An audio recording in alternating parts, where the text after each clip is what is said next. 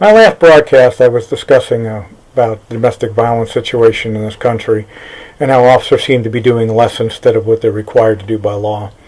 I'm going to give 3 short examples in this brief take, and that is Sheena Morris in 2009, Michelle O'Connell in 2010, and Kayla Sheen in 2012, all in Florida.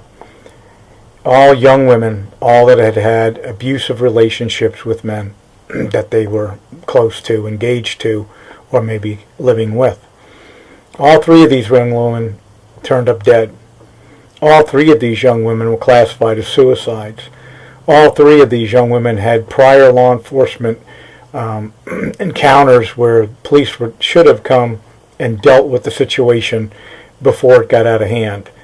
And on all 3 occasions were failed by law enforcement. And the end result is their deaths, now classified as suicides. You have to ask the question why, when there's mountains of evidence that suggest and support a homicide in each and every one of these cases.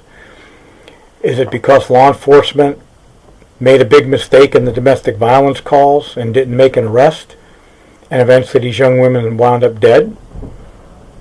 You have to ask yourself that question. Because we sure have, and we've looked at the evidence in these cases. Yeah,